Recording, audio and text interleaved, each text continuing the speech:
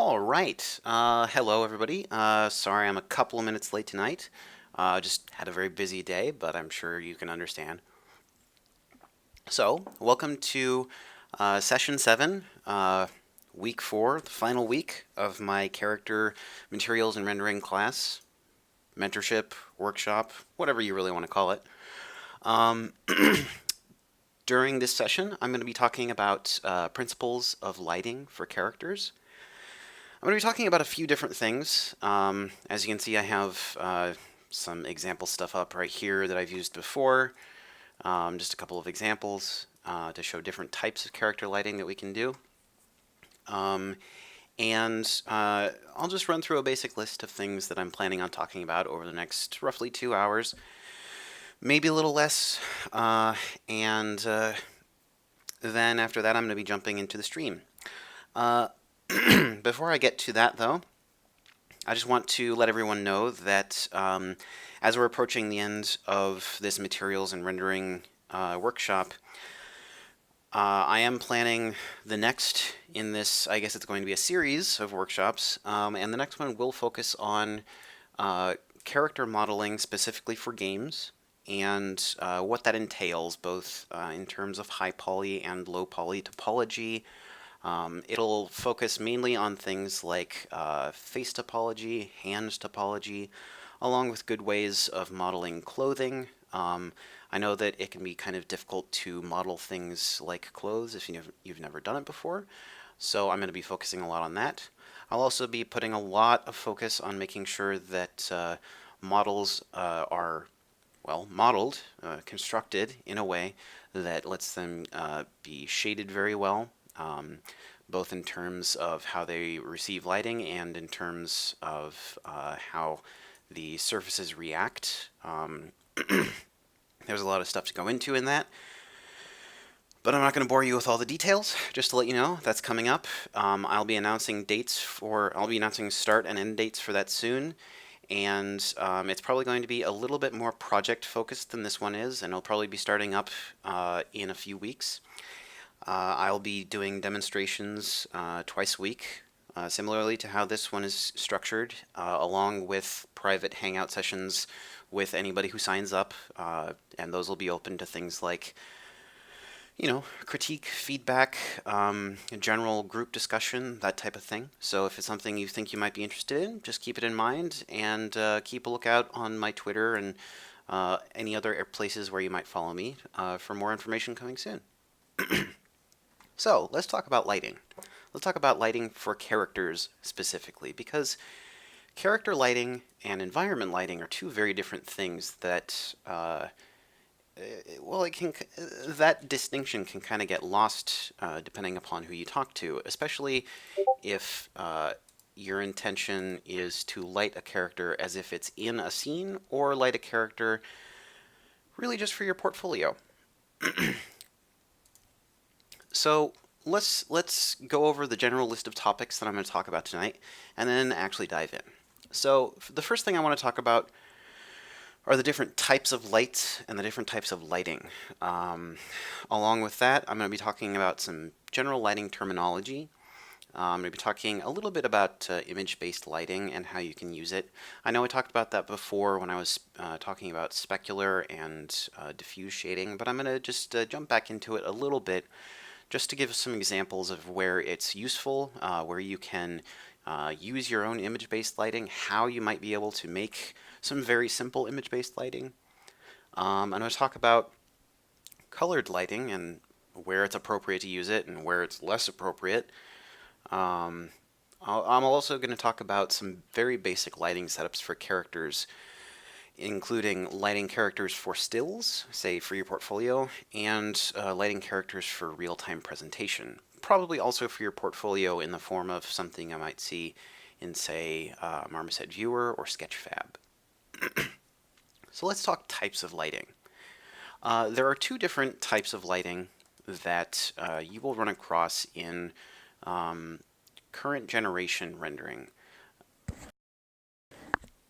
The first type is ambient lighting. So ambient lighting is something that's been around in computer graphics for basically forever, but Recent advances in rendering technology and how fast computers are, general computer performance, mean that not only are we restricted to a single ambient color, which would just make it so that everything's kind of flat, but instead we're allowed multiple ambient colors. So I'm going to be doing everything in Marmoset tonight. All these things will transfer over to basically any other program that you use, especially if they have all the same types of things like um, image-based lighting and that type of thing. So not to worry, these are general concepts really. So let's take a look at the scene, take a look at the different types of lights that I have in it, and talk about ambient lighting first, and then go into directional lighting. And then from there, we're going to kind of marry the two. So ambient lighting, what the hell is it? Basically, ambient lighting is lighting that applies to the entire scene and just shows the flat colors of your model. However, with image-based lighting, what you get is directional ambient lighting, meaning that if we take a look at the sky here, we can see the directional ambient colors that are being applied to our model. So if we look at the ambient sky, these are the different colors. Oh, and let me turn off some of these post effects just so that it's a little easier to see. We'll turn off the bloom and the vignette and the grain. There we go, that's better. So these are the directional ambient colors that are going to be applied to your model based upon which rotation the sky has. You'll notice that as I rotate the sky around, the model gets lighter or darker from different directions, and it affects just a general sense of lighting, but you notice that there are no actual shadows being cast. This is lighting that is just being applied in the diffuse term and a little bit in the Fresnel specular term. Now you can see, let me turn down the camera limits.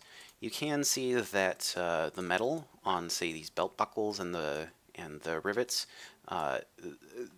it is reflecting the environment, but that's only because the environment actually has information for it to reflect.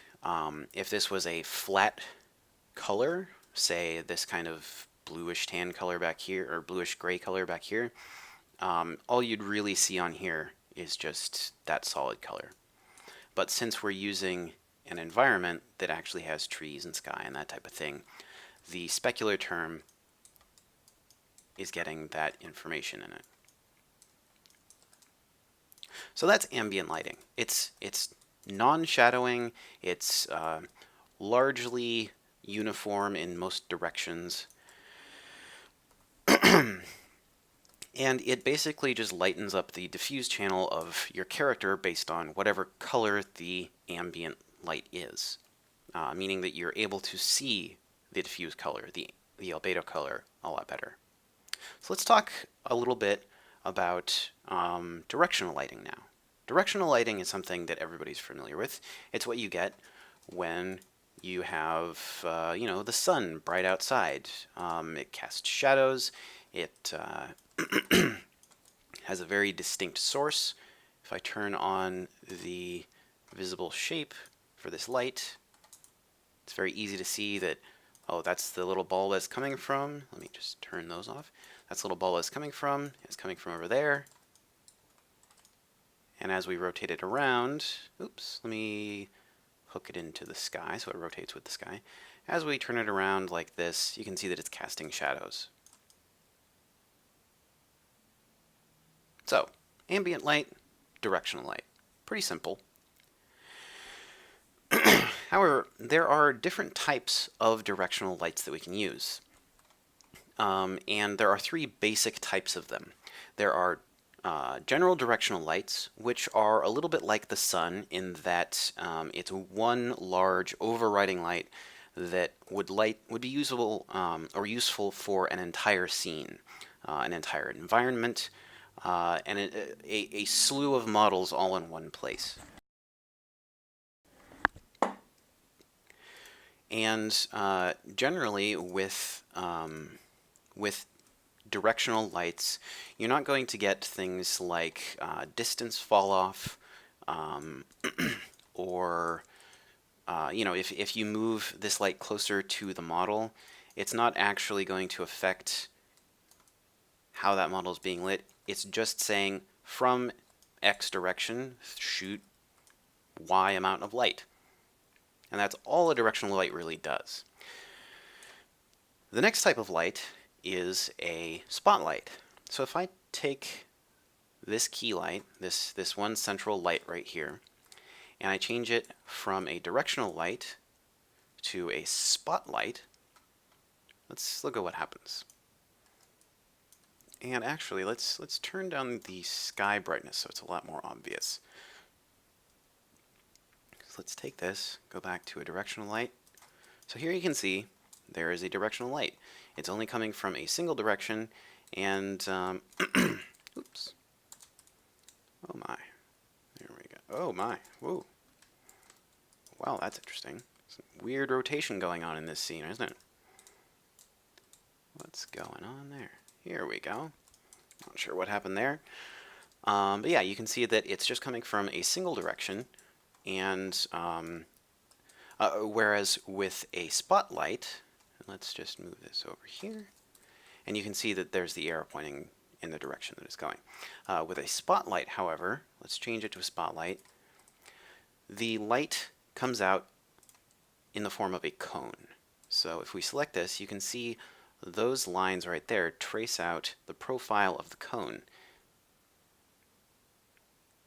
And there is a specific distance associated with this cone that at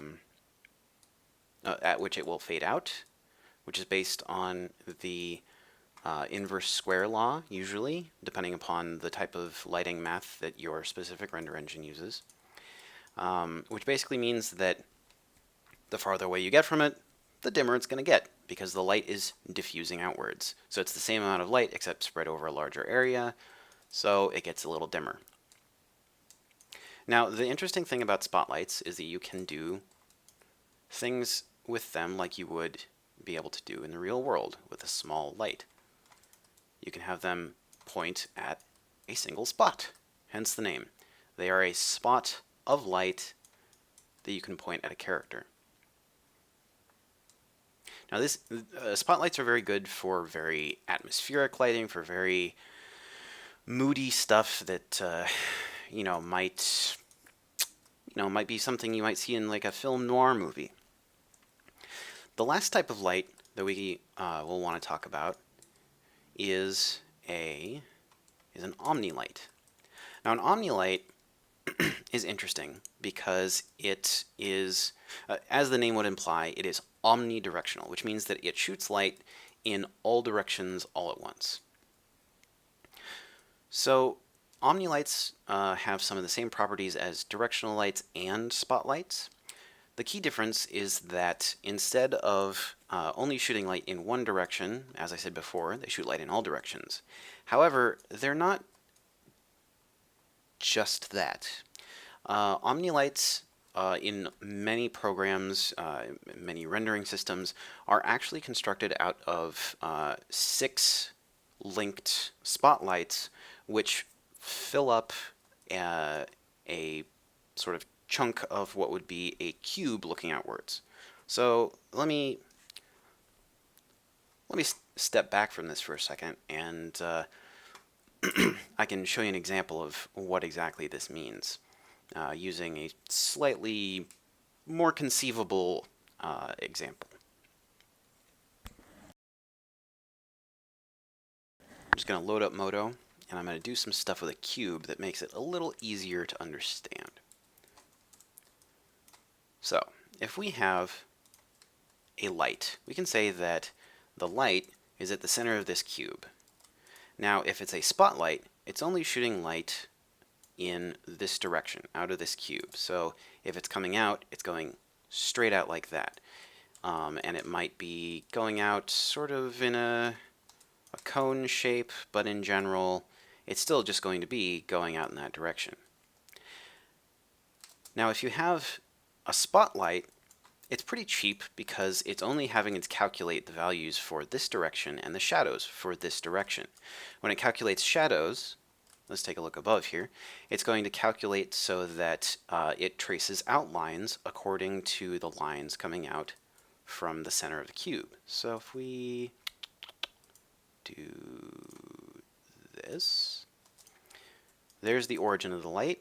It shoots out like that, and it has to trace around a model.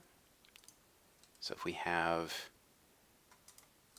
a model over here, what it's going to do is it's going to shoot a line out like that, and anything between those lines is going to be occluded, so it's going to be shadowed.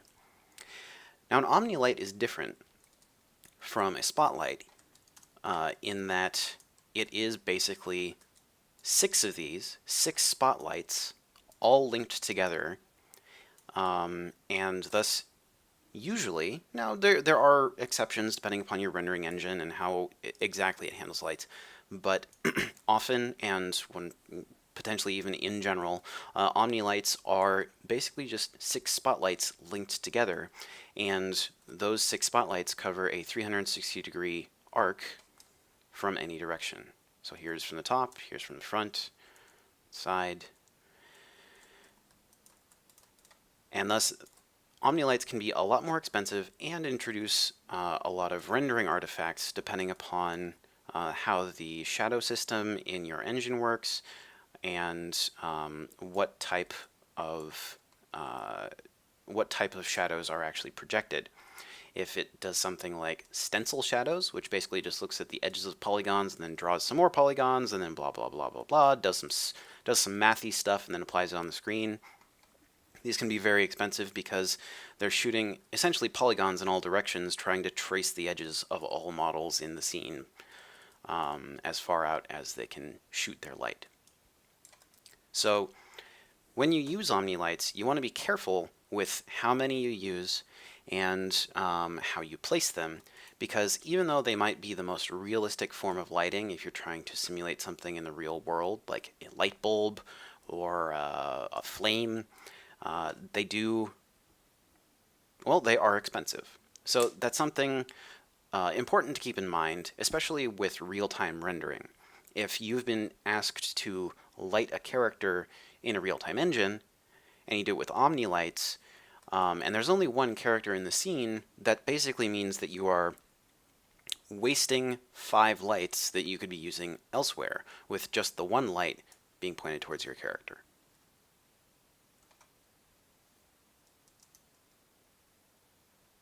So let's talk about some different lighting terminology, and then we can see how we can apply these different types of lights to that terminology to enhance certain effects, to say light a character in a certain way, and circle back around to using the appropriate light for the appropriate situation. So let's change this back to a directional light. Directional lights are nice and easy to work with, and often for characters, unless you have something very specific like the light in this guy's hand,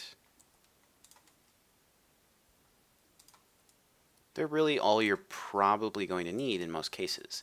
Now this is a very special case because he's got a little spell ball thingy there, but if he didn't, I probably wouldn't even need to have a light right there. So let's talk about the 3 general types of lights that you will run into when you're trying to light a character. Not the actual types of lights that you might select in a drop-down like this, but more the types of lights that you would see in a scene to make a character pop out of that scene. So there are 3 general types of lights. There are key lights, which, as you might guess from their name, are the most important lights in the scene. From there, you have fill lights and rim lights. There are other types of lights that you'll hear about in, say, books about lighting scenes for a movie, or photography books, stuff like that. And those are very, very good resources. But the main ones that you should really be concerned about for presenting characters are key, rim, and fill. So key lights are the general overriding light in the scene. Uh, the light that determines, for example, where the sun is or where the brightest light in the scene is. Basically, the key light is the light that sets the mood for the entire scene, and then from there you build up your lighting situation or your lighting setup to enhance whatever the key light is doing. So we can say that this directional light right here is the key light for this scene. And if I actually link it to the camera like that, at least in Marmoset, it will stay with our camera as we rotate around this guy. That's something pretty handy to keep in mind that I'm going to talk a little bit more about once I get to presenting characters in real time for your portfolio. So let's unlink that for now.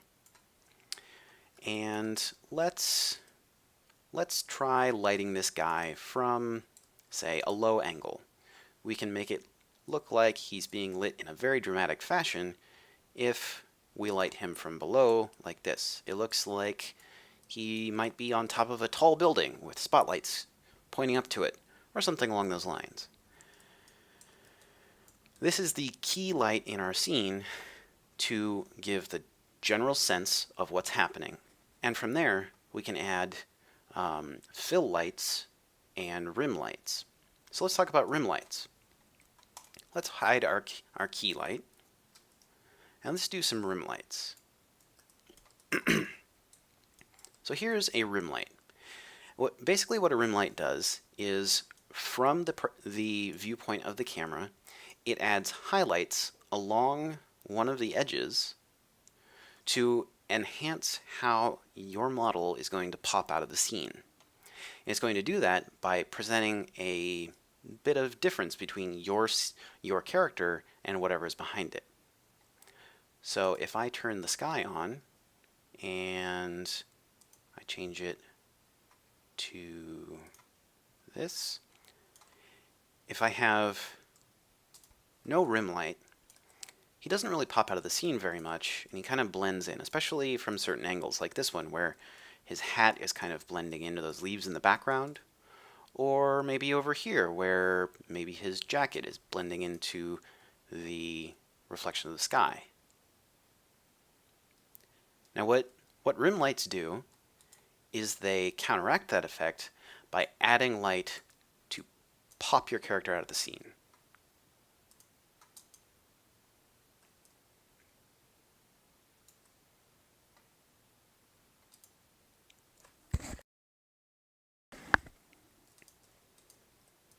Now the last type of lighting that you are going to run into is fill lighting.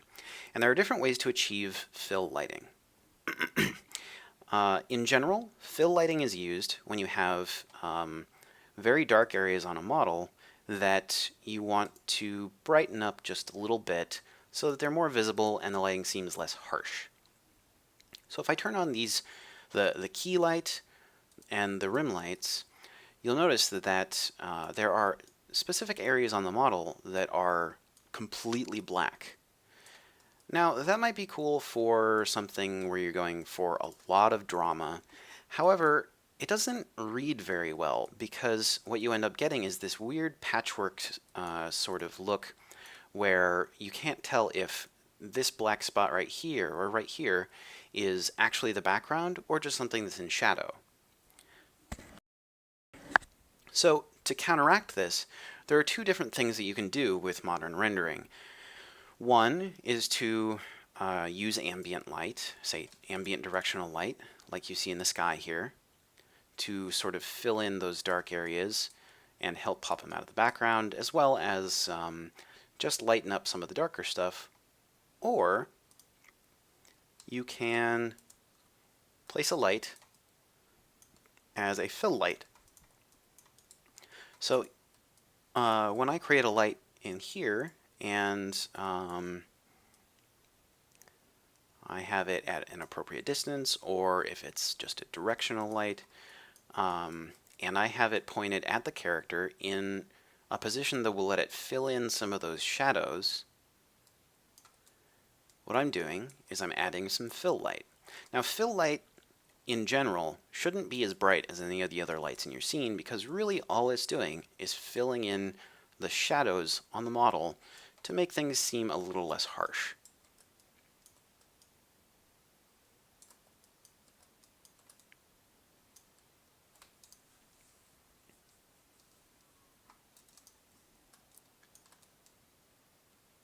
Okay, so this is great. This is, this is fine. But there are some problems with what we're seeing right here. And those problems, like I mentioned before, everything seems very harsh because, as you can see right here, here, on his hands, on his sleeve, there's some very sharp, very harsh shadows that, even with a bit of fill light, are still coming across as just excessively contrasty. So one of the things that you can do is you can play with the balance between a sky or an image-based lighting setup and the fill light to give you a little more of an attractive look for your model. So if I have, oops, let's unhide that. So if I have a nice bright background, let's open up the presets in here and try out some different backgrounds. I can get something where I can get a nice balance between a bright background that lights up some shadows and a fill light that gets rid of any of the extra little shadows that I don't want. Okay, so this one's nice and bright. This one's nice and bright as well. But I'm still seeing some really harsh shadowed areas in here. So what I'm probably going to want to do with the fill light is put it in a position where it's going to fill those in with a little bit of, just a little bit of light. Let's see here. Let's do something along these lines. So now that I have a fill light and a sky or an image-based light that is filling in some of the shadows, everything seems a little less harsh. And in addition, this guy is popping out from the background pretty well. If I turn on, if I turn this back from color to sky, even though he's very brightly lit and he's against a bright background, he's still being, he's still popping out pretty well because you can see the general forms, the silhouette, and you're still getting some nice contrast in different colors for this model. If you're using lights that are too bright, like say this is when things start to get blown out and not very usable. So you want to make sure that things aren't too bright so that you can actually see what you're working on. So let's talk about colored lighting and just a little bit about when it's appropriate and useful to use colored lighting. So let's just delete all the lights in this scene and start from scratch. Let's have absolutely no lights in this scene. And let's change this to a much more neutral environment.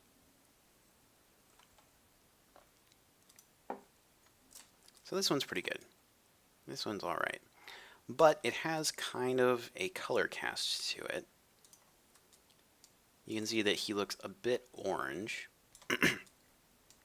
So this is an example of colored light coming from your image-based lighting solution, your sky dome, or your well, just general ambient light setup. So colored lighting is just like using a specific key light. Colored lighting is a great way to add some mood to your scene, some mood to your character presentation. And if the general lighting of the scene has a strong color, like the sort of orangey or earthen tones that we see in this setup here, it can do certain things to the mood of the scene. For example, if I use this one, the general ambient lighting seems to be very warm and welcoming. And it also appears that it's not so dim that it looks like he's just surrounded by embers or something. It's also not so bright that he seems like he's in the middle of a desert. It's a nice warm ambient color. By contrast, if I go for something like, what's a good one? I always like the garage one. If you go for something like this, which has a more industrial feel to it, you can see that the lighting is a lot cooler because of a number of factors. One is that it uses lots of these fluorescent lights coming from above, and the floor, the bounce light coming from below, is also going to be green. So it feels a lot cooler. It feels a lot more sterile and artificial. So these are concepts that you can bring over into your directional lights as well. So one of the things we can do, let's just turn off the sky for now, is we can add a light. Let's just change this to a directional light. So this light that we've added, this default light, let's get rid of this camera just because it's in the way. This default light that we've added is 100% white. So white lights are great if you want to show off the colors of your model, your textures, interesting specular highlights like you see on his pants here, that type of thing. However, white lights are also kind of flat and sterile. They don't really add a lot of interesting attitude to your scene, and they don't do a lot that's moody or anything that implies a specific location. All they do is put light on character, period. However, we can play with this, and we can apply some of the same concepts from when we were looking at the skies by changing this so that it has a different color. You can go with something very dramatic, like a deep, deep red, and from there you can start to make some assumptions about where this character is. What location he's in. Is he just looking at a stoplight on a dark road, or is he surrounded by lava? Maybe if he's surrounded by lava, he should be in more of an orangey light to make it look like he's in a volcano or something like that. If he's under greenish light, maybe something along these lines. Maybe he's in a jungle and there's light filtering through the trees. Something blue or purple might feel a little more magical, or like it's nighttime. This could be a situation where it looks like he's in moonlight. So there's a lot that can be done just with the color of light to make your character seem as if it's in a different setting without having anything even implied. The background for this entire scene is just gray. It's just a flat gray color, but just by changing the color of the light, it gives a different impression as to where this character might be. Oh, maybe if it's pinkish or yellow or orangey, it's sunset or sunrise. There's lots and lots of different stuff that you can do simply with color. So let's change this back to just a flat white color. And let's think of how a character is going to be lit. Because how a character is lit isn't just about the color of the lights. It's also about where that color is coming from, how strong those colors are going to be, and how bright the lights are going to be. So if I have a bright white light like this, it almost seems like a spotlight on a stage, or something something else similarly artificial. However, let's pretend that I want to say this guy is in a dark volcanic cave with just a little bit of light coming from above through a crack. In that case, probably what I'd want to do, just relying on a few different lights, is to have one key light coming from above with the light coming through, simulating maybe some light coming from the sky. Well, the sky clearly is a blue, so let's give it a nice cool tone. And if it's supposed to be volcanic, maybe there's a lava flow nearby. So let's add another light, and we'll just say that this one is coming from slightly below. And over there, maybe he's near a lava pool or something. We probably don't want it to be too bright because in general lava is fairly dark. So let's do a couple of things. We'll change this to sort of an orangey red color, and then we can tweak it so that it's either darker in here or so that it's darker here. Okay, so already I'm starting to get some interesting ambience for this little scene that I'm lighting my character in. However, there are problems with the lighting. Now, as I mentioned before, with the fill lighting, there are some very harsh shadows. Now, one thing that you can do to counteract this is to place fill lights. However, I'm going to do something slightly different. Since I want this character to feel like he is receiving more ambient light, and we know that ambient light doesn't really cast strong shadows, or many shadows at all aside from ambient occlusion, let's do two things. Let's make sure that ambient occlusion is turned on. We can just make sure that that's pretty strong. It's not going to have a ton of effect right now because there's not much ambient light, if any. And then what we're going to do is we're going to take this, I guess, lava light, and change the width of it. So the width of a light is going to affect a few different things. One, it's going to affect how bright it is by, once again, spreading that light over a wider area. But it's also going to change the behavior of the shadows. So if we zoom in here, we can see that with that light selected and changing the width, it changes the width of the shadows that are being cast. And then past a certain point, it starts to kind of glitch out because it doesn't know exactly what to do. But we'll not worry about that for now.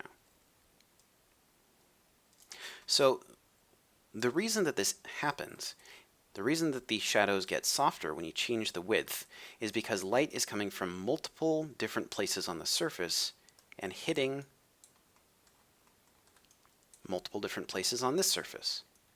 So light coming from over here is going to counteract some shadows being cast from over here, so you end up getting a very soft, diffused look for your shadows.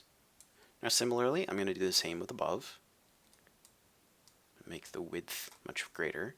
And you can see that the shadow being cast from his arm, his staff, is getting a lot softer.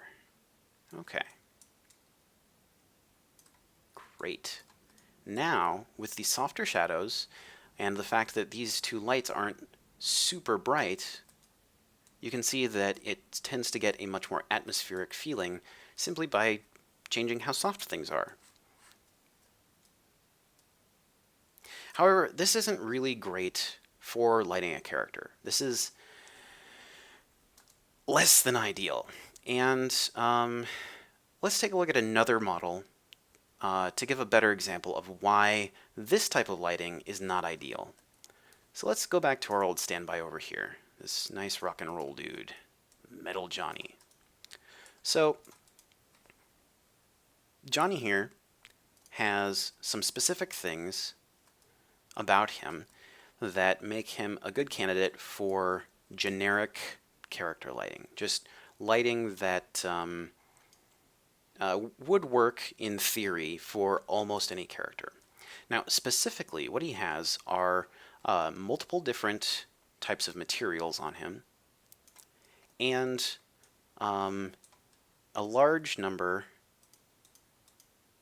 of different things going on.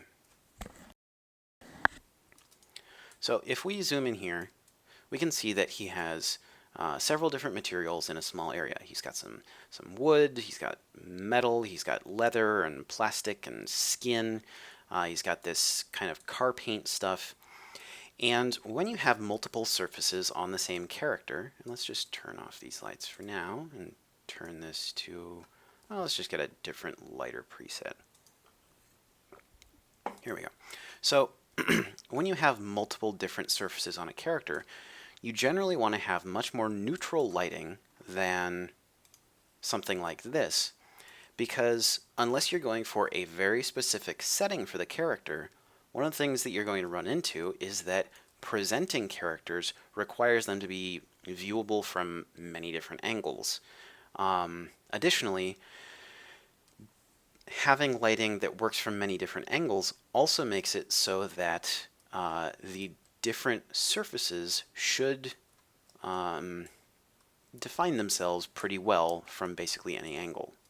So let's talk about more neutral lighting for characters and how, in general, you want to go with something a little less dramatic than what you see here. This might be great for a single still, where you're just doing a render where everything is, you know, super fancy and he's got all kinds of stuff going on and it's, you know, there's lots of drama.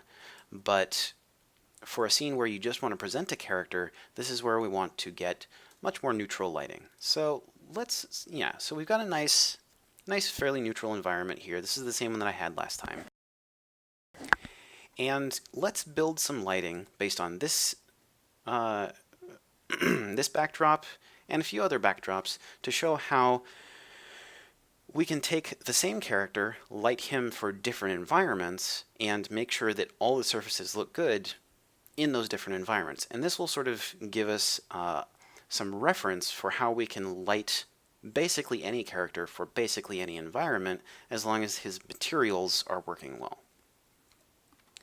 So let's start off with the sky, the backdrop. And let's turn off the color, or let's turn the color to just a flat neutral gray. And let's sort of minimize some of these post effects that we can just see the lighting. Only interested in lighting right now, not any of the post stuff, so we'll just get that stuff out of the way. Let's turn that down, and let's change this to default, and turn off any bloom or vignette or grain. Okay. All right. So right now, this guy is being lit just with ambient light.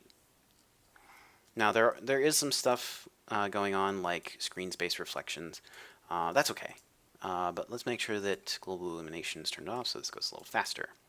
All right, so we have a very neutral lighting setup right now. It's just the skylight, and it's actually doing a pretty good job already. You can see that as I rotate the sky around, we do get some directional stuff going on. We get some nice reflections on the guitar, but some of the things we're not getting are good shading for his hair and for his skin. Let me just make sure that his hair has the anisotropic stuff turned on. Okay, cool. So as you can see, his hair doesn't really look like hair right now. It looks like weird plastic. So this is something that we can fix by having some sort of directional lighting in the scene. Additionally, his skin doesn't look like it has nice translucency or a soft texture like you'd expect from skin, and that's another thing that we can get from directional lighting. A large part of how we perceive things is through how they interact with directional lighting, so we're going to accentuate that. Okay, so let's start off by placing just a single light in the scene. I'm gonna do this first lighting setup by placing lights using the light editor over here, and then from there I'm gonna rebuild some lights just with something a little more artificial. Okay, so here's a nice key light based on the light coming from the scene. And you can see that if we select this light, it's kind of cool. It's a bluish tone that's very light. And it's casting some pretty sharp shadows.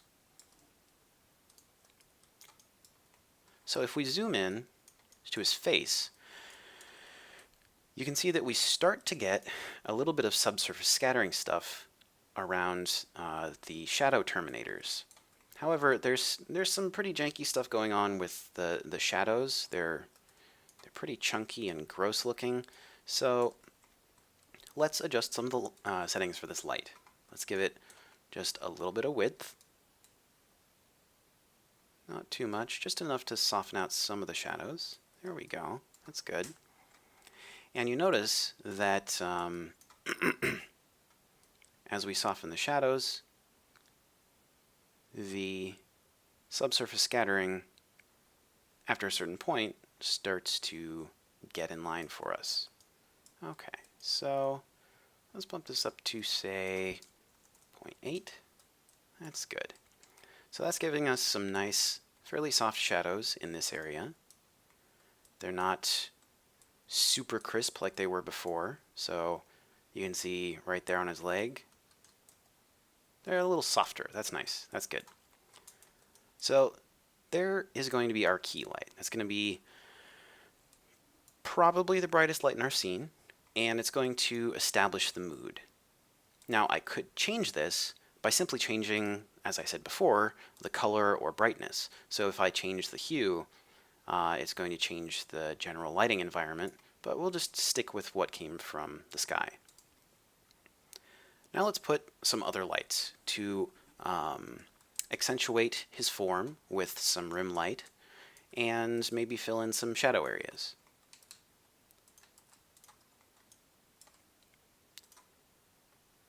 So one of the things that I like about this sky is that it has both some cool stuff down here at the end of this hallway and some warm, bouncy stuff coming in from over here. So let's add some of that nice, warm, bouncy stuff.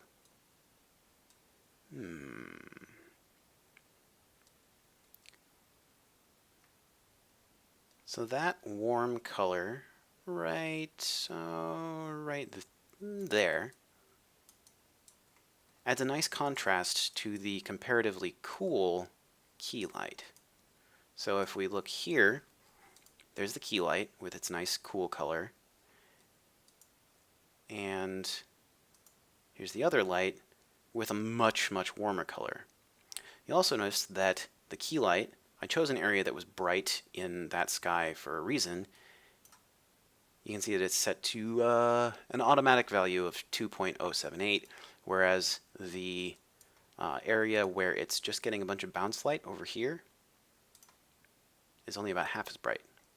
It's 1.17. So if you look at his hair, you can see that the key light picks up the anisotropic shading in his hair and really makes it punchy. And then from there, adding a second light with a warmer color adds some nice contrast to it and accentuates the banding in his hair even further by making it so that there are actually three tones. There's the base hair color, there's the main band, and then there's a secondary band.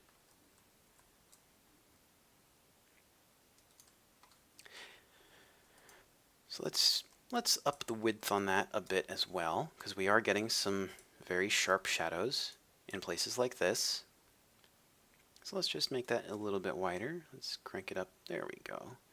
And this is going to be sort of a fill light or rim light from behind, so we don't want it to have very sharp shadows anyway. All right. So with this type of lighting setup, this is very simple. We're actually getting a lot already. You can see that From the front over here, he's getting some nice lighting that plays up some of the subsurface scattering along his nose.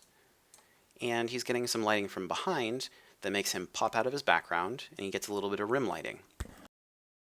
However, this is still not perfect, so let's do something a little more artificial that still takes some of the scene colors into account, but plays them up. So let's delete our lights and do something completely from scratch. So where do I want the key light to be coming from? Well, I want this guy to maybe look like he's at an outdoor concert. So let's have a bright sunlight right, say, over here. Let's place a light. And let's make that a directional light since we're going to simulate the sun. Now, if we zoom in over here, okay, it's bright white. And like I mentioned before, white lights don't tend to give off very much atmosphere. And also, sunlight is actually very slightly warm. So let's bump this into slightly more yellow territory. And what this is going to do, by choosing a warmer key light, is it's going to do two things. One, it's just going to make the scene seem a lot more inviting anyway. And, oh, that shouldn't be visible. And it's going to accentuate how warm the skin tones are. Now let's make sure that this has a little bit of width. There we go, that's good. And let's just bump up the brightness a little bit since it's going to be a bright sunny day for this guy. So we still have the warm background, but instead of it being based on this interior space, what we're going to do is use that warm background to simulate something that is, you know, maybe an outdoor field of some sort, or maybe it's getting close to sunset. Okay, so we have our key light. However, it still looks fairly flat because we don't have much that's popping him out of the background. So let's come to a place where we can see that we probably want to pick up some highlights. And let's put another light right here. So let's rename this to key and put another light to act as a rim light. Okay, so as you can see, that's doing some nice stuff to pick up highlights along the edge of the character. However, it's still not quite picking up enough, and maybe it should be a little lower so that it can pick up highlights on his jacket, or vest rather. So, let's move that down. And once again, it's a bright white, so if it's a bright sunny day, usually light coming from other angles is going to be kind of bluish because of the sun. So let's change that to kind of a cool color, something like a sky blue. It doesn't have to be super saturated. It can be something very gentle, like maybe that. And having that cool color is going to do, once again, two things for us. One, it's going to simulate the look of maybe some sky, but it's also going to create contrast between warm and cool. And then you'll have transitional areas. Additionally, if you have a cool light coming from behind, and it has and you have subsurface scattering, it's going to accentuate how warm the subsurface scattering looks when it's being hit. So if we turn off his hair, let's just go in here, turn off his hair, we can see that along this terminator, things start to look a lot warmer because that light is so cool.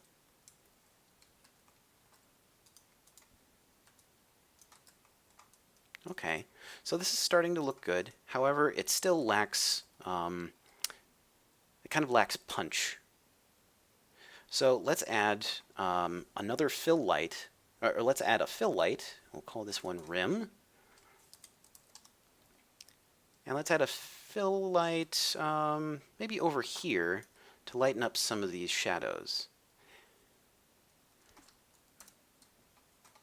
And what I'm going to do with this fill light is take some of that orangey yellow environment color, and I'm going to play it up a lot. I'm going to take this, and we can just turn this into a directional light as well. Make it nice and wide, because it's just filling in some shadows. There we go. And we'll turn the brightness down just a touch, and we'll add a nice saturated warm color.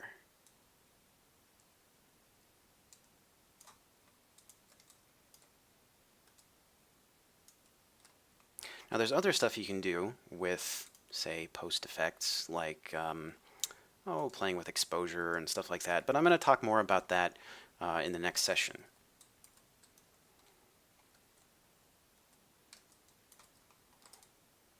So there's a nice generic lighting setup that looks a little bit like maybe a sunny day or something, and you can play up the sunny feel by doing levels adjustments and such.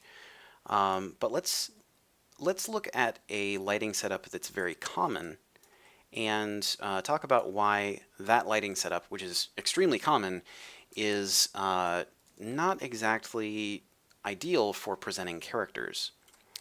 So I'm going to delete our lights, and I'm going to turn our sky completely off. Now, something that you will often see in people's portfolios is a lighting setup which does a lot of stuff to really pick up the normal map details and geometric details of a model. However, it has some problems. So let's do that lighting setup and then take a look at why it's not ideal for presenting characters. So we're going to do a key light.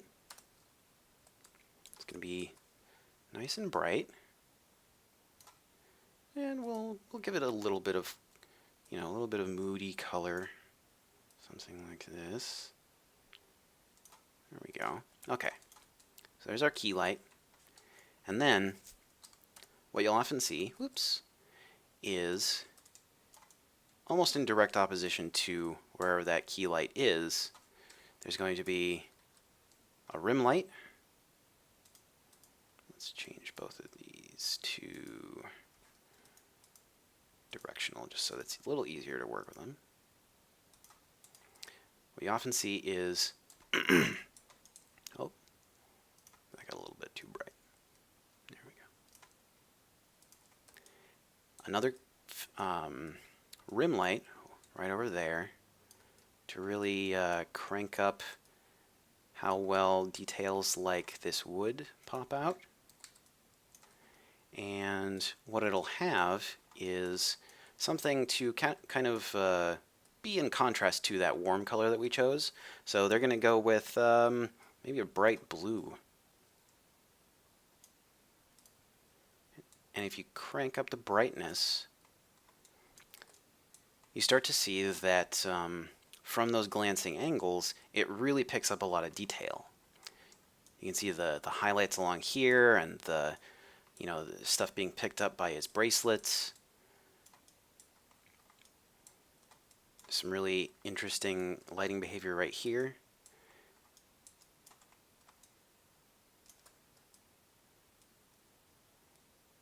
And then that's about it. Maybe, if you're lucky, you'll see that there's a fill light of some sort, but people don't really do too much with it. So this is a problem. I mentioned very contrasty lighting before, but why isn't it good to have contrasty lighting like this? What is something about this that is not good for presenting in a portfolio? Well, especially if you have something like a Marmoset viewer file where you're asking the viewer to rotate around what you see, like this, having a strongly colored light way back there, let me make sure that's turned on, having this strongly colored light over there, and this sort of neutral colored light, wherever the hell it is, way over there. If you rotate around the model, all you see from this side is just a bunch of blue. And then from this side, you just see, if we zoom in, there's an entirely black portion. Now, black is not bad. You know, for say a metalness map, it's great to have black in there because things are generally either 100% metal or 100% not metal with very little in between. You might get some anti-aliasing, but for renders, something like this is simply not going to work because you can't actually see any detail in here. Absolutely everything is just being crushed into blackness because it's all just invisible. And then when you have this sort of dark black stuff in the core right here, anything in an area like this or over here or any of these highlights, they're going to seem unnaturally bright because there's something unnaturally dark right next to them. So even if these light levels are correct, what's in here is just simply bad and wrong and is not going to do your model any favors. So there are two things that you can do to get around this. Two things that you can do to make sure that you avoid this type of lighting setup in the future. One is to simply delete the lights and start over. But the more useful suggestion is to make sure that you're taking advantage of ambient light, which is going to automatically fill in those areas. And the other is to avoid using lights that are very, very saturated unless you specifically want to go for something that's very moody, like we have here. Unless you want something really moody, it's much better to go with something a little more neutral. So let's go back to making more neutral lighting setups for characters for presentation. And from there, we'll talk just a little bit more about the differences between lighting for stills and lighting for real-time presentation. And then we'll get into a little bit of a discussion portion, and then we'll call it a night. So let's relight this guy. Let's keep the same general feel, though, because we do want these details to pop out. So let's keep the fill light. The fill light, the rim light. Let's keep the rim light, but let's tone it down and let's make it so that it feels like it's actually coming from something. So if we have a light over here, we want to know what it's coming from, or we want to get some sort of impression that the character is existing in a space and the space is specifically built to render that character. So maybe instead of having a bright blue back here, which is going to not look so hot on skin anyway, maybe let's have something that's a little more neutral and something that could imply, say, a different type of light. So let's think about what sort of situation this guy would be in, what sort of situation your character would be in, and then light him from there, just like we did back here. Now this is a super basic example that doesn't have any fill light or anything, so we're going to go a little more in depth with this guy. And we're going to try to take this guy to a final sort of look for real-time presentation, and then we'll talk about lighting him for a still. Just one still, not multiple stills, because then you're going to want multiple lighting setups, but let's light him to put him on the internet. So let's take this rim light back here, and let's see here. Let's make sure that, well, one, we don't have a bunch of stuff in the way over here. There we go. Let's take this rim light, tone down how blue it is, make it a little less saturated. Okay, maybe just there, that's pretty good. And then make it a lot less bright. and put it in a slightly better position.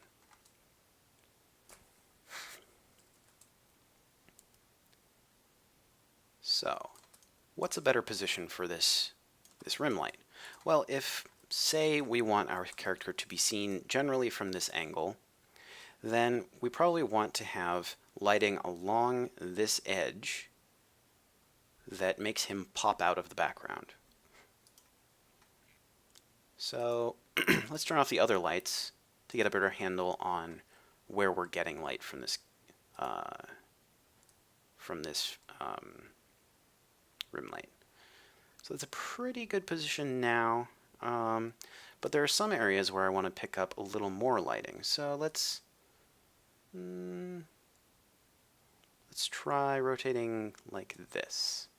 Nope, that's not working. So maybe I want to pick up some lighting on this little bit right here, that little corner. So that means that we're going to have the light coming from above, just a touch. Okay, that's pretty good. Yeah. So as opposed to making it seem like the light is coming from pretty low, which for a cool light, unless he's being lit by a staticky TV, doesn't really make sense, it probably makes more sense to have the light coming from a bit above. And what that's going to do is it's also going to pick up highlights on the metal bits right here. It's also going to do some nice stuff with his hair. So not all the areas that might need some lighting are getting them, but we can adjust that a little bit later. So let's get that highlight right there. That's a nice highlight. It pops it out from the background, and we also get this nice negative space. Okay, there's our rim lighting, or at least one aspect of our rim lighting. So we'll call that rim. So there's our key light. Our key light's pretty okay, but it's also kind of saturated as well. Maybe let's tone that down just a touch. And let's look at where we have shadows. So shadows are just as important for your character's readability as lighting is, because what shadows do is they tend to either push things back in space, like you can see with his foot right here, or pull them forward by making it so that you have contrast between the light and the shadow. So this is actually a pretty good position because it's pushing that foot back. It's putting more emphasis on this foot up here. However, I'm getting a little bit of a weird highlight right here on the amp, which I don't know about you guys, but I'm not a huge fan of. So let's change some of the rotation so that maybe it's coming from slightly higher up. And what a higher angle is going to do for us is it's also going to pick up highlights on the toe of the shoe, as well as making the silhouette of this arm a lot clearer.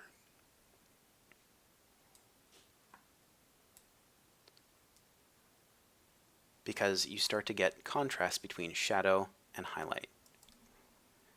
Also, if we have a higher angle for our light, what we're going to get is shadow in areas like the eyes, which is going to make him seem a lot more moody.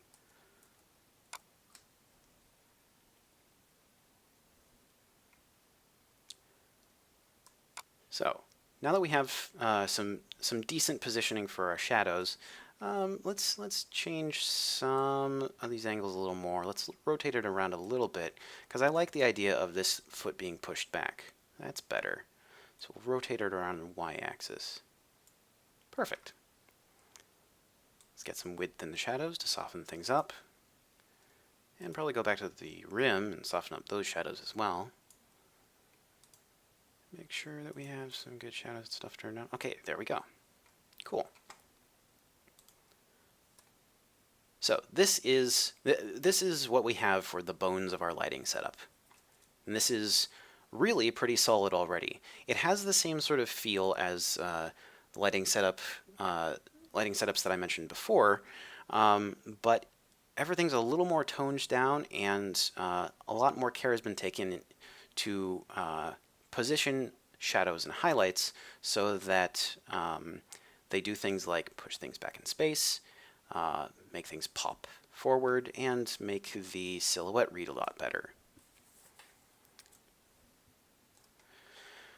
So now let's look at changing up the lighting a little bit so that we have a little bit more ambient in here, because once again these shadows are very dark.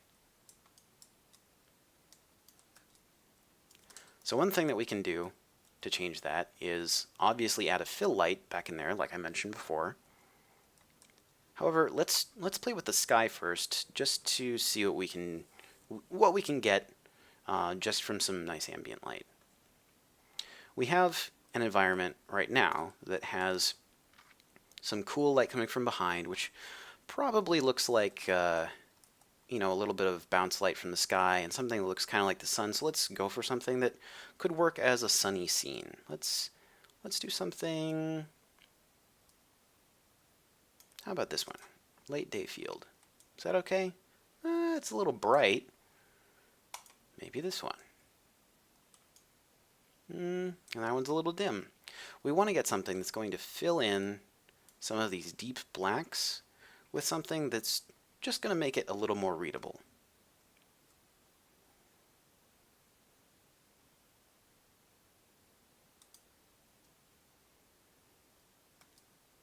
Here we go. This is looking pretty good. Let's rotate that around a bit. Yeah. That's nice. So having a nice environment is going to do a couple of things for us. One, it's going to fill in those blacks, but it's also going to accentuate some material definition. So as you can see, when I turn the sky off and on, a few interesting things happen. One, the reflections on the guitar start showing up fantastically, whereas before everything just looked like flat red. And two, this metallic grate on the amp, instead of looking like a weird dark plastic, it now has an environment to reflect, so it reads much better as metal. Alright, this is looking good. However, it still has a few minor problems that I'm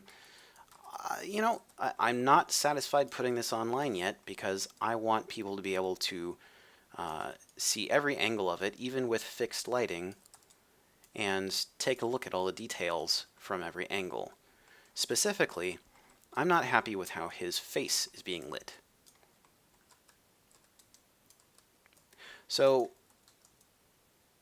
this is great for, this general lighting setup is great for an overall feel. However, there are some areas that, like the face, can be helped, given a little nudge, by just putting a bit of a little helper light in there. Something to pick up some highlights, lighten up some of the harshest shadows, and make it look a little more like this is lit specifically for people to look at, as opposed to being, say, a candid shot or something like that.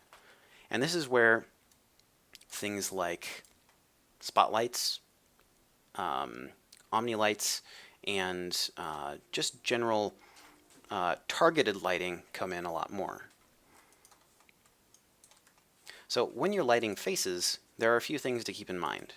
One, like I mentioned before with warm and cool lights, it can be a good idea to have lights that accentuate the effects of subsurface scattering, specular highlights you can see here on the bridge of the nose, and even things like the reflections in the eyes. So let's add something to here that's going to make all those things pop out. Let's get something in here that's going to make his eyes read really well, because eyes are one of the things that people are going to be looking at the most. So the key light is coming from somewhere over there, It's shining down. It's putting shadows on these areas that people are going to look at a lot. So we need something to counteract it. So we can probably do something to come from below, directly down here, and put either a fill light or a very tight spotlight just on his face. Let's try a fill light first and see how it works.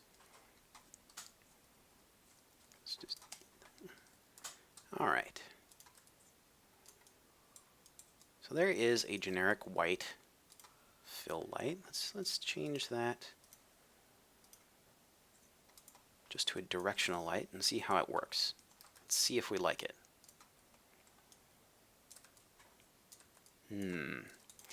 So as you can see from this angle, the fill light's not working, or the directional light's not working very well, because as I mentioned before, directional lights are good for lighting an entire scene with multiple different objects in them and casting shadows from all those multiple different objects. However, this can have some negative effects. Like as you can see here, right along his crotch, you can see the shadow from the power cable. Well, that's not helping anybody. So maybe something a little more focused is what we need. So in this case, I'm going to use a spotlight. I'm going to have it come really tight in like this. Let's change that to something a little less drastic. And let's try first a warm light, and then something cooler if that doesn't work out. So here's something nice and warm. And, you know, it's looking okay, but he's looking a little jaundiced. So let's try something a little cooler. So this is something that when you're lighting characters, especially ones that have normal skin tones that aren't something like purple or green, if you light their skin with certain shades or in certain environments with certain shades, you're going to run into situations where the specular highlights look a little bit wrong. It looks like it's from old generation rendering, or it just yeah, it looks a little jaundiced or something. So let's try something a little cooler. Well, that's okay.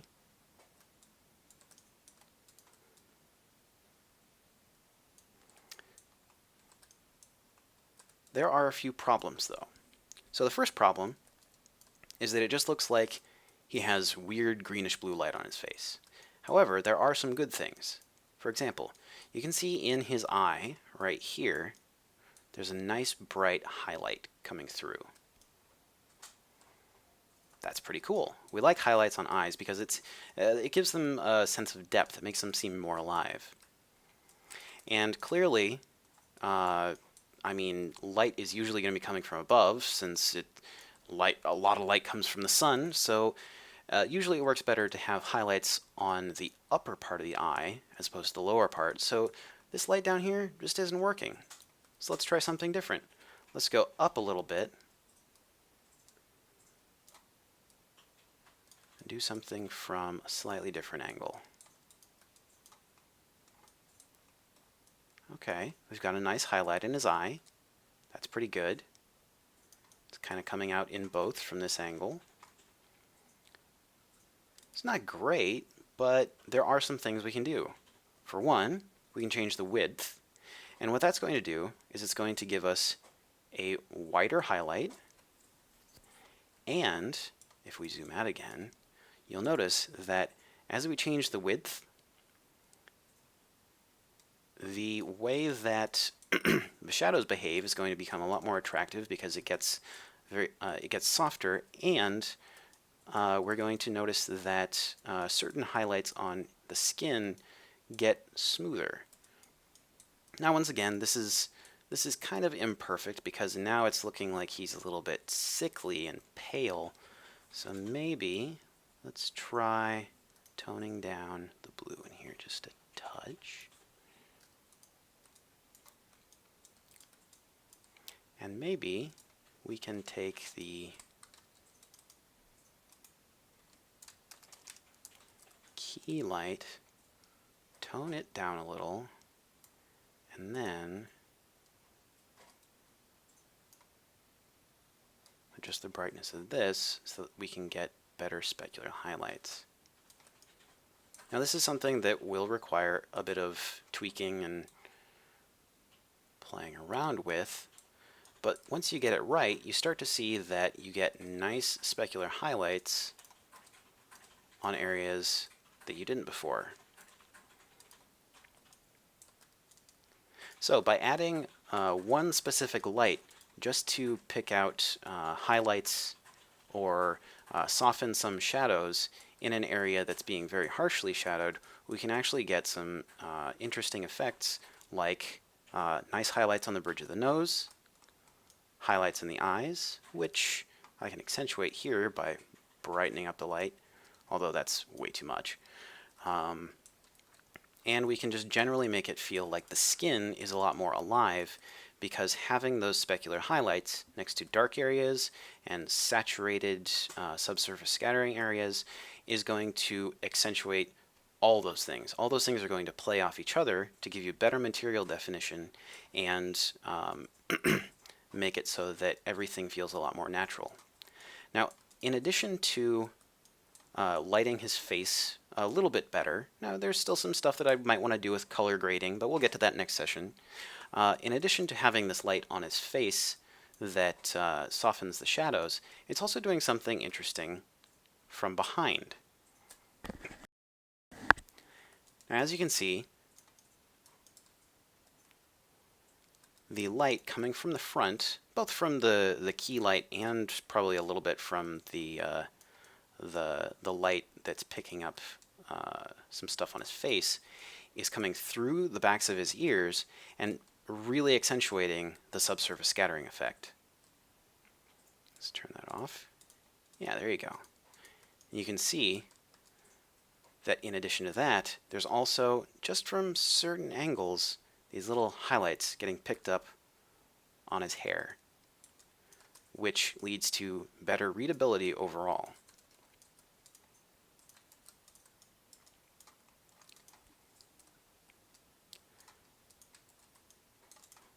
So there you have a fairly basic lighting setup, which really only has three lights and a sky dome, or some image-based lighting, but basically everything in the scene reads well. The image-based lighting is being reflected off of all of the metallic and shiny surfaces in the scene. The rim light back there is catching highlights on his hair, on his skin, on the metal on his boots, and on the amp right here. The key light is making it look like he's in maybe a brightly lit stadium or playing an outdoor concert. And that one single little light to just accentuate some of the specular highlights and other stuff going on in his face is pulling double duty by accentuating the subsurface scattering in his ears and the specular highlights from this specific angle on his hair.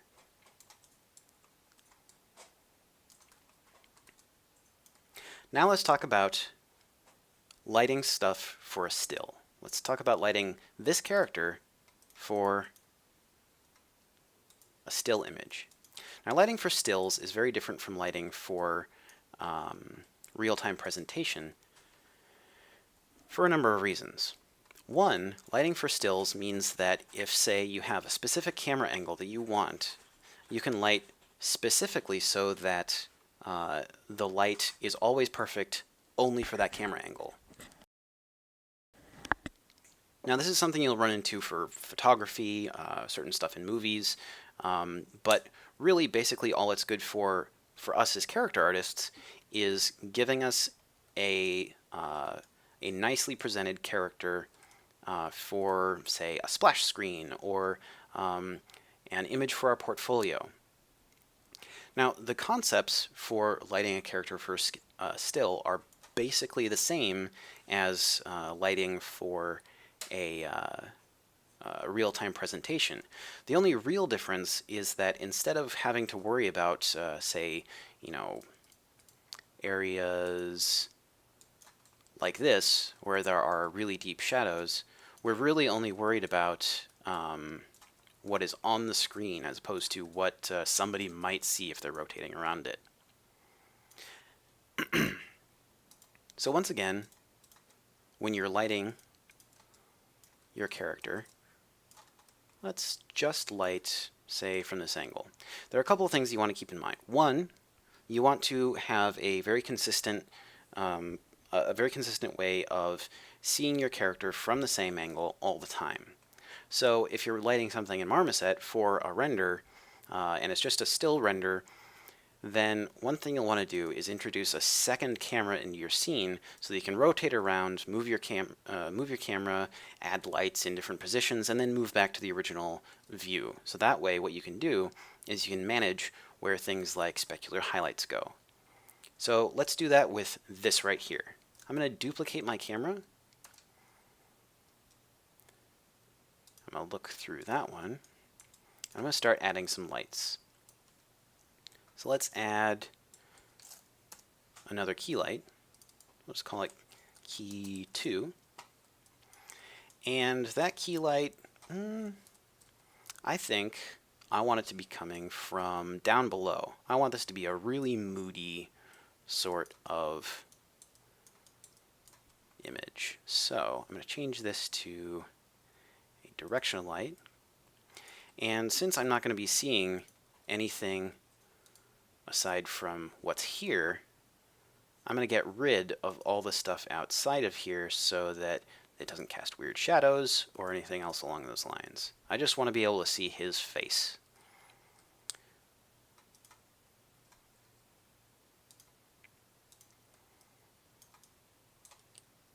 So let's move this light over here. I want this to be something maybe like you'd see in a publicity photo for this guy on his website or something like that, where he's trying to be real intimidating. Let's go back to our camera. Okay, that's pretty cool. He's got some nice shadows up here that make him look very creepy and moody. However, there's some weird stuff going on his neck. So let's come over here. Rotate this a bit so that we get both nice lighting on his face. It's not too direct on, but also picks up some of the light on his neck. Okay, that's pretty all right. Let's let's start adding some more lights in here and see what we can do with that. Additionally, let's get rid of the flat white and let's do something that has a little more attitude. And this is where we can start adding some colored lights. Let's say we want him to be he's playing in sort of hellish environment. He's going to have demons flying around him or something. So probably we're going to have a little bit of red light coming from down below. And you notice that even though I'm trying to get a reddish light, really it's more of a peachy color in here because it doesn't really take much to change the feel of the scene. You don't have to go all the way saturated. You can go with something a little more subtle. So adding some warmth like this, just a touch, just so it's off-white, does a lot already. Well, it's kind of looking a little bit flat. He's not popping out from his background very much, so we want to clearly add more lights. So now, since we don't have many highlights around the edges here, let's start adding some room lights. So we're going to have some light over here and some light over here. And what that's going to do for us is it's going to have this nice feel around the edges. We're going to get highlights. Okay, cool. We might want to change these to slightly cooler colors. And once again, they don't have to be super saturated. They can be pretty subtle because the fact that his skin is a warm tone, his skin has subsurface scattering, and he has a very warm key light pointed at his face, is going to make it so that anything that's cooler than that light is going to appear very cool. So let's rotate that just a touch more. There we go. Soften up the shadows a bit. Now, let's widen this. Let's widen this light so it picks up a lot more highlights around the edge. Right like that, probably. I'll do this one in a cooler tone as well. Widen it.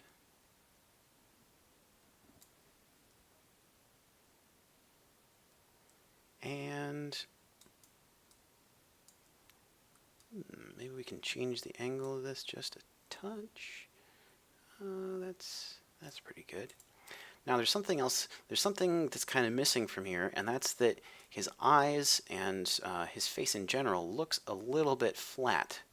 So something that we can do to counteract that is to either change the angle of this light so that it's pointing up more, so he gets even more dramatic shadows, or we can put this back down the way we had it before, so he's getting some nice lighting on his neck as well. And then we can have another light coming from up above that's just going to add a little bit of specular highlight onto things like the bridge of his nose, his lips, and his eyebrow ridge. So let's add a light like that and go back to our main camera. So this isn't picking things up yet, but let's crank up the brightness so we can see where exactly we need to push this. Let's rotate it, and let's actually change this to a directional light. Okay. Okay, so as we rotate along the x-axis, what's happening is this light is rotating upwards and accentuating highlights in different parts of his face. So I want some nice specular highlights in certain areas, like on his nose, right here, and his lips right here. And that is what this directional light is doing. It's picking up highlights right there.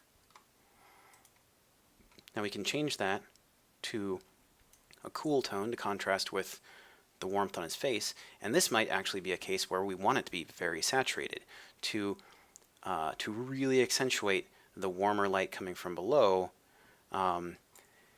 since we, once again, have warm tones on his skin. It's very important that anything that we do in contrast with it is visible, if not overpowering. So we can probably go, instead of super faint like this, we can probably push it a little more towards the middle. So it's a very light sky blue. We can play with the brightness. Probably don't want it to be too bright. We just want a little hint of some depth. And then from here, we can change what our environment looks like. We could just get completely rid of the environment, or we can go for something that has a little more drama. Like Grace Cathedral is a good setup that has lots of bright point lights. Something along these lines. Basically, we want something that pushes the drama farther. So something dark like this. That's pretty nice. It gives a tiny highlight in his eyes. And maybe we want some more highlights in his eyes. So maybe we can do something along these lines with a bright window. Or something like this. Turn the brightness down. And then adjust the brightness of the key light.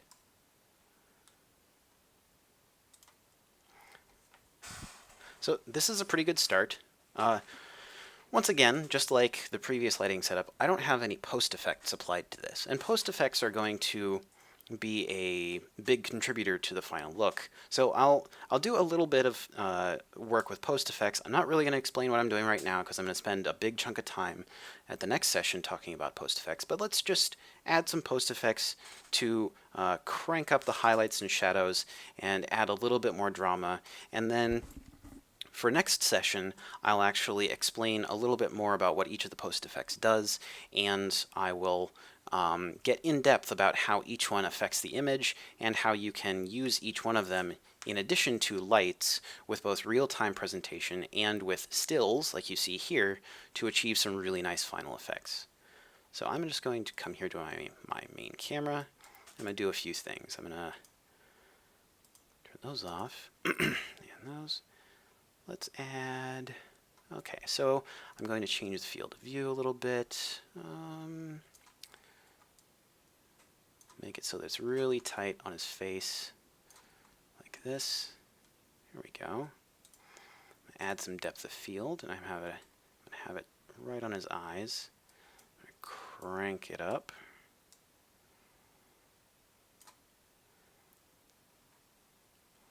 I'm going to add chromatic aberration just around the edges, not too strong at all, just to add a little bit of color bleeding. I'm going to do some levels adjustment. Do some stuff with this.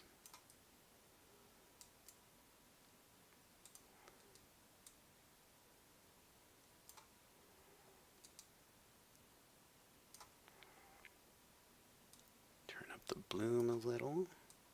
Let's see here. There we go. Crank up the vignette so it's really focusing on his face.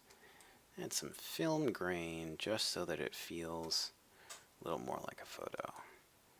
It's starting to look a little glamoury, so let's crank down the bloom. That's pretty good. Something else I'm going to do is go into the red channel here, crank it up a bit in the highlights, and leave it cool in the shadows. There we go.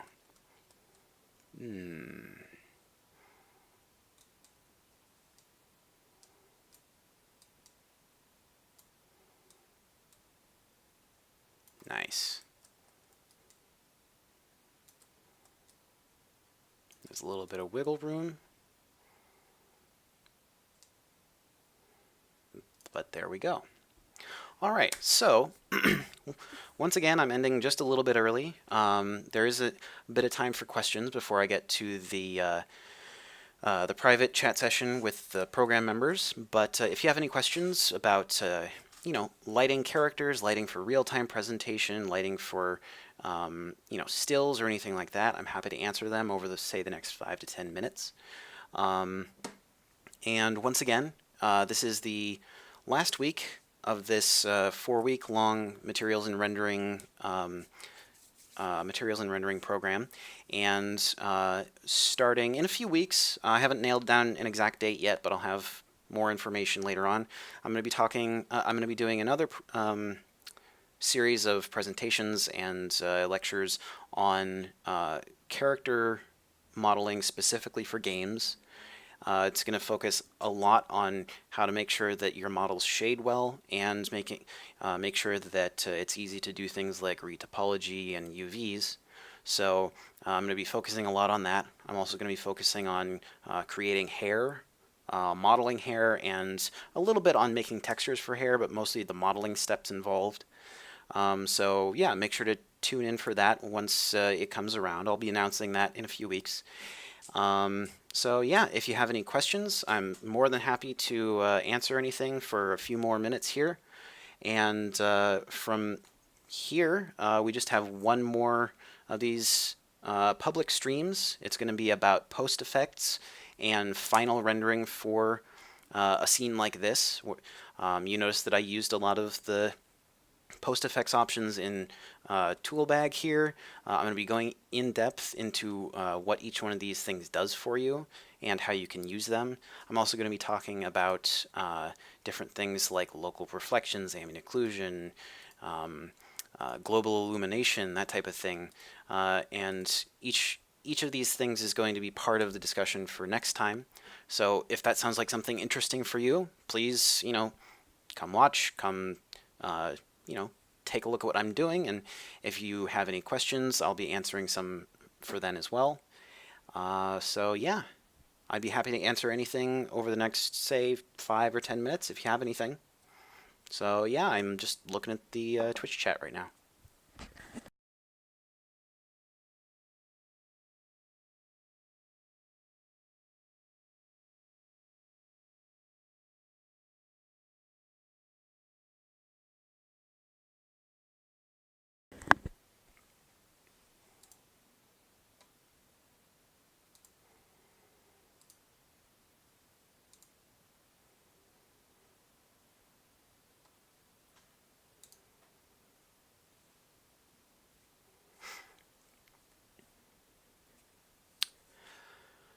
So I got a couple questions here. One is, how do I feel Marmoset 2 compares to 3?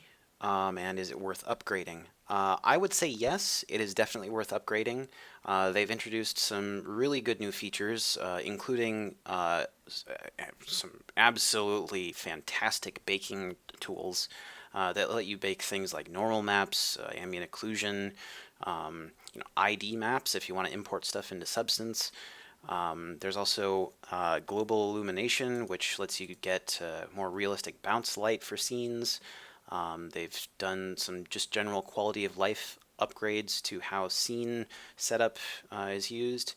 And they also have things like shadow catchers, which is basically just a transparent plane that goes right at the feet of your character or your object or whatever, and just catches shadows without blocking the background. It's a pretty cool little feature that's nice for still renders. And they've done some performance updates and upgrades to things like local reflections and that type of thing, so that high poly scenes render a little better. So yeah, I would say it's absolutely worth upgrading. I use it a lot for personal work and for stuff at work when I'm, baking textures for characters. It's very useful and it's super, super fast. The other question I have got right now is, how did you do those swirling sparks for your Final Fantasy character? So these sparks in this scene were actually pretty simple.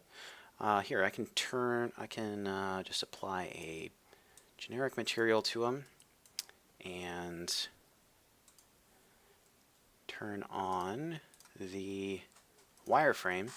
And what you can see is that I made a bunch of just basic swirl shapes just around this character, just by deforming planes and extruding stuff. And then I just copied and pasted them a bunch of times while pushing them outwards. And from there, I just applied additive transparency to them. Oh, let's go back to turn off wireframe. And with additive transparency, what you get is this effect where they stack on top of each other and it starts to look very soft. So you can see in a few spots, like with these sparks, if you rotate around them, you can start to see the layers. But from most angles and from a distance, they usually look fine because of anti-aliasing. So it's not truly volumetric, but it does a pretty darn good job. Another question is, can you get rid of that damn yellow box with the shadow catcher? Yes, actually that's pretty easy. Here, let me just hide some stuff in here so we can see a little better. So what the question is when you turn on the shadow catcher in Toolbag 3, and let me just put a light in here just so we can see what the shadow catcher actually does. The shadow catcher catches light, or catches shadows and light, as you can see here, along with ambient occlusion, but it doesn't block the background. So if I turn this background to sky, you can see the sky through it, but it also catches the shadow. How can you turn off this yellow box? It's pretty easy. You can either go to View, Show Guides, or you can just press Control U. If you press Control U, something else it's going to do is it's going to hide the little icons for things like lights and cameras in your scene. But yeah, there you go.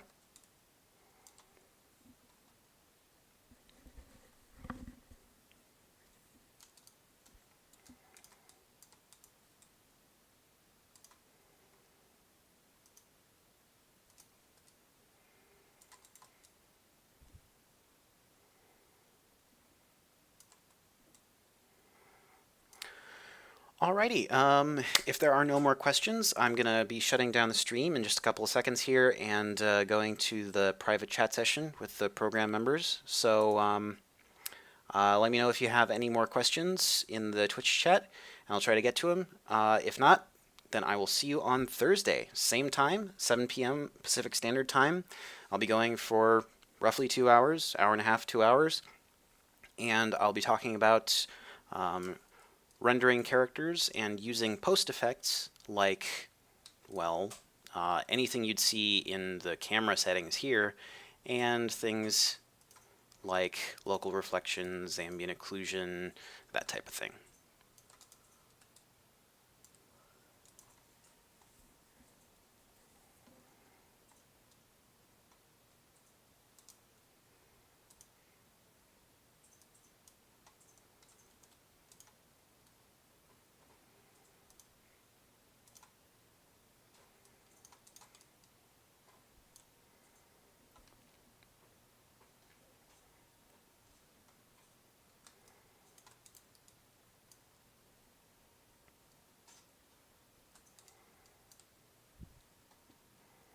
Alrighty, since there are no more questions and it's getting a little bit late, I'm going to shut down the stream. Thank you all for watching and coming by. Thank you for the questions. I hope this has been interesting and informative in some way for at least a few of you. And yeah, make sure to tune in next time when I'm going to be talking about post effects. Thanks for watching, and I'll see you guys later.